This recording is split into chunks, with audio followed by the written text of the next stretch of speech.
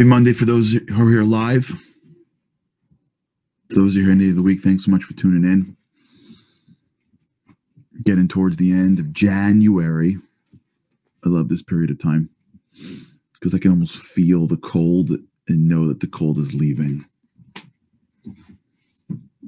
We're talking about the cold, if you will. Yesterday, we spoke about the idea of the tension that takes place as soon as we go into the world of sacrifice. Sacrifice is that feeling that we have when the giving doesn't have a response. When it gets hard to give. When it gets hard to push ourselves past our limits. We enter into the world of sacrifice. And yesterday we spoke about this concept of where our brains are actually programmed to prevent us from sacrificing. Our brains are actually there to keep us alive. That's the gift that God has given us in our brains. However, it's also the challenge because we're supposed to take the survival default and upgrade it to greatness. That's the free will of life. It wouldn't be great if you were born with it, right? Like, it's not great to feel hungry and eat. Like, no one's like, what? You felt hungry? Like, how'd you do that? Like, that's phenomenal. Like, your body just like gave you the signals to eat? Like, wow. Like, no one's impressed with that. Like, no one's impressed with like, wait, like you just felt tired and like slept? Man, like, did you go to like a gym for that? This is how we're born. Survival is the gift. If we were born great, it wouldn't really be great. So understand that we have to go through what is naturally normal to us in order to become something that is not, it's not natural or normal, right? It's extra normal and it's extra natural. That's what extraordinary means. It means you're not ordinary. It means you're not regular. And so understand that it's going to be a fight for everybody. There's no one who's listening to this and no one that you've ever seen in your life that has achieved anything of greatness that they haven't sacrificed for. Nobody. Greatness is, by the way, is not what people think. Greatness is what you've accomplished. Yeah, maybe people have made a lot of money because they were handed more money and lost half of it, but that's much more than we ever had. That's not greatness. When you see anybody achieving anything, the reason why they achieved it is because they, in this particular area, had a struggle between normal and extra normal, between natural and greatness. They had to overcome their need to survive because survival keeps us comfortable. And the great mistake that we make is when we get into the world of sacrifice, what happens is in the world of sacrifice, we start to identify the results of the sacrifice. And if you do that long enough, especially because anything of greatness has results that grow. Greatness grows. You don't order greatness. Amazon doesn't deliver greatness.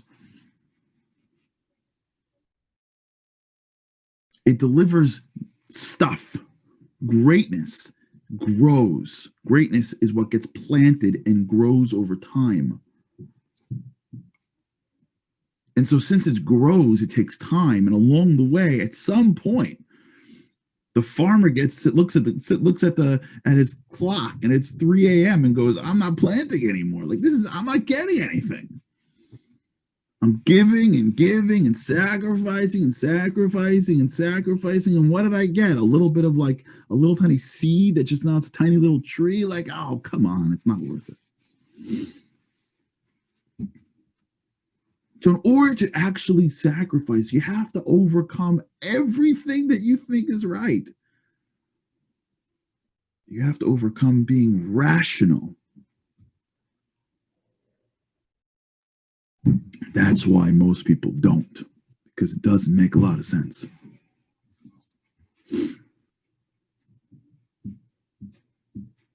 unless you detach sacrificing from results. Unless you say, I'm not sacrificing for the result. I'm sacrificing because there's nothing that I could do greater in my life than sacrificing for something that matters.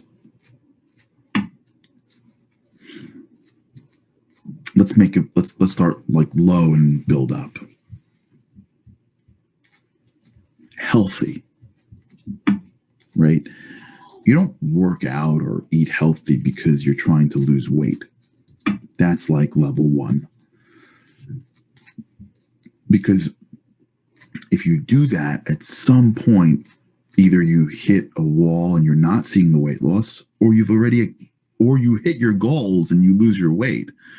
But at some point, the result either doesn't happen or does happen, and the sacrifice that you're going through isn't worth it.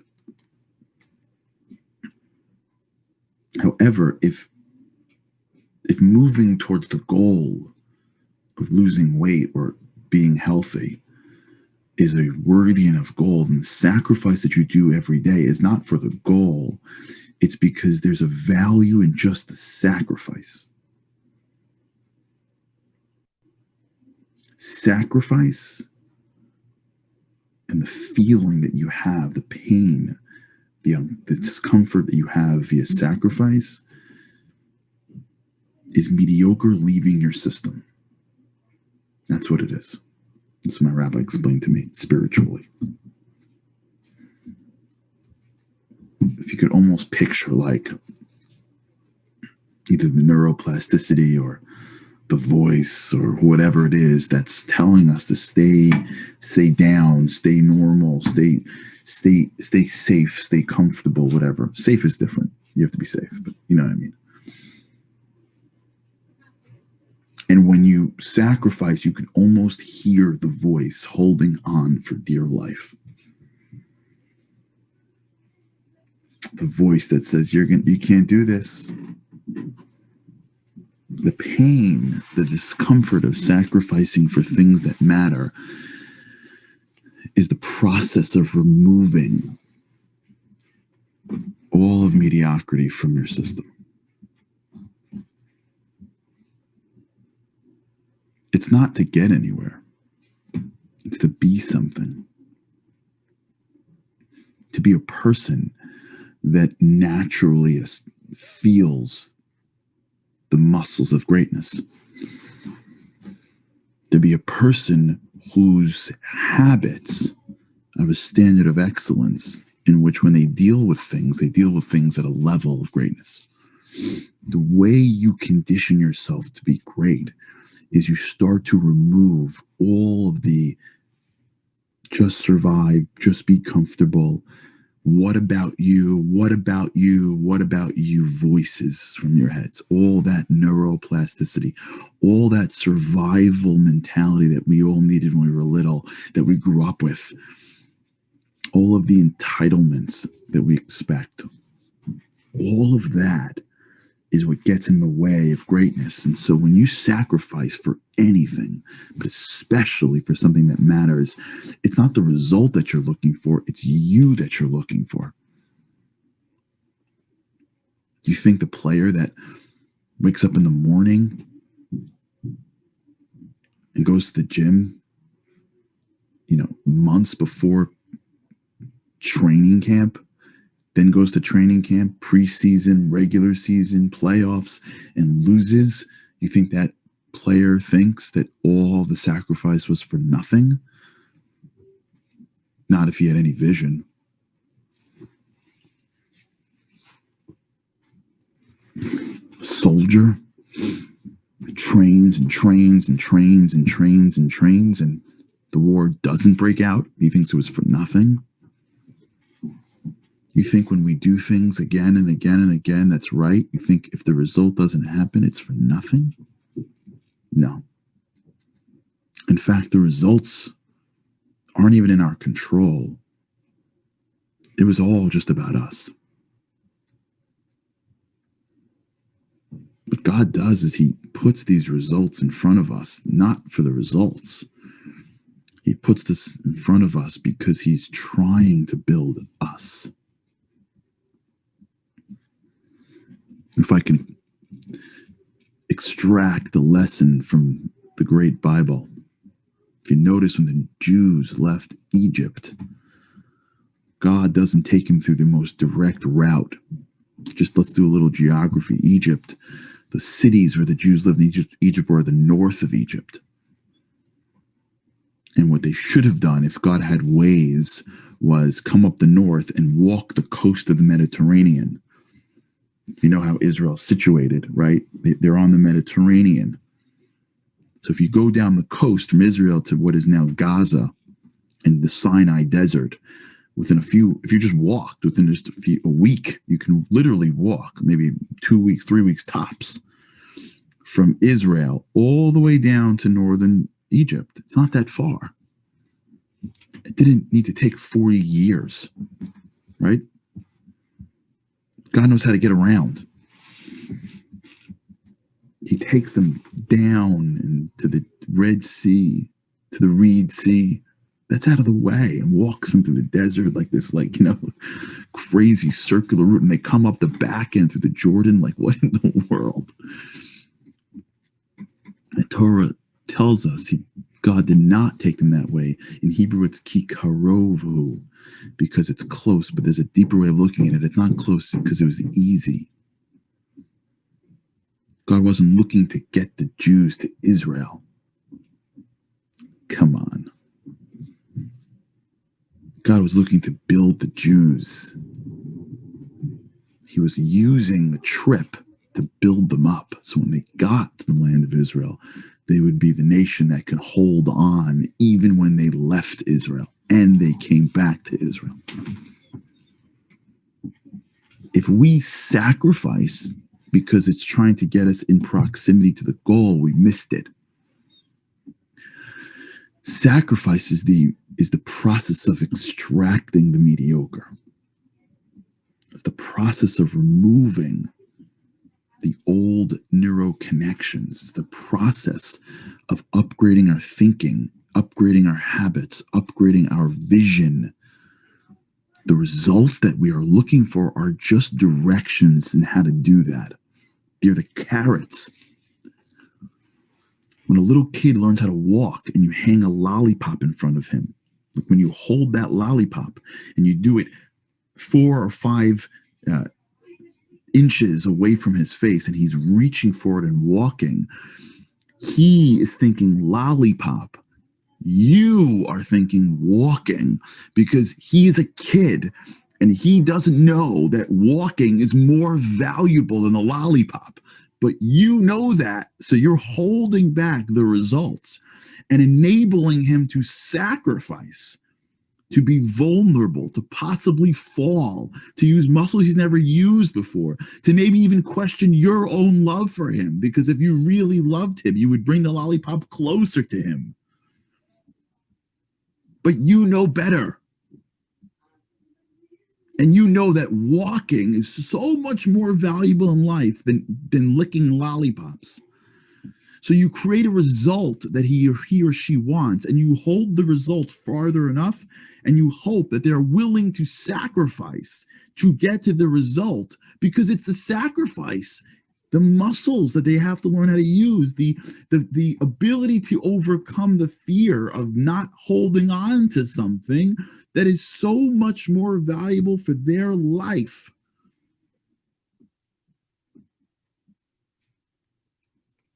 That's how we think. But when you go through life, we forget that. We're always complaining why it can't be easier. We're always complaining why they won't just figure it out. Why they can't, why he can't, why she can't, why God can't. And the complaint that, by the way, me too. I hope nobody thinks for 1 second I hope no one ever thinks for 1 second that I figured this out. I'm struggling like you. We're all in this together. We're always complaining how come it can't be easier. Why does it have to be so difficult? Why can't I just lose weight easier? How come she can eat whatever she wants? How come their marriage is their marriage easier? How come those kids listen to their parents and mine don't? How come that guy's got so much money and I don't? How come it's so easy for so and so to read or to connect? How come it's so easy for so and so? How come so and so has it so easy? How come so and so has it so easy? We're always looking around people who have it easier than us, and we're like, why so and so was able to start their thing at when they were young? How come it's so hard for me? And first of all, it's not true. It's A, which means that if you're looking at anyone's life from a screen, most of it is not true. Okay, understand that if you're looking at someone's family and there's a screen and there's a picture of that family took 40 pictures so they got it right. If you're looking at someone who just got dressed up and there's a picture of her, chances are that's like 70 pictures in the right angle. That's even before then I had to like doctor it up. If you're looking at anybody ever on a screen, ever, or in person for the most part, what you're looking at is lots of hard work that you don't see. So A, it's not true.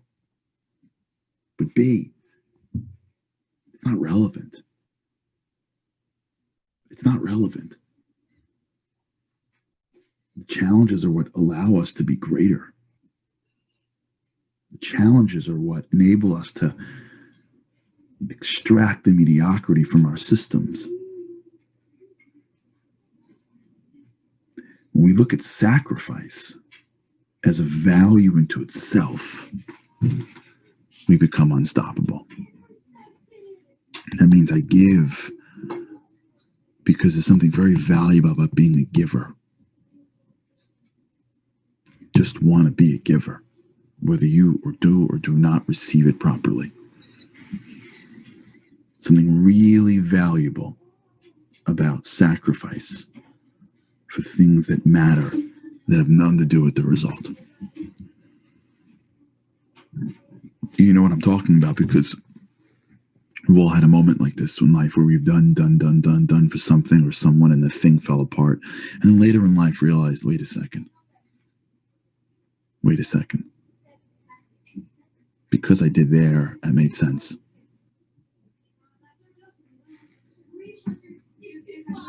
We're not going to make it if we don't start to value sacrifice.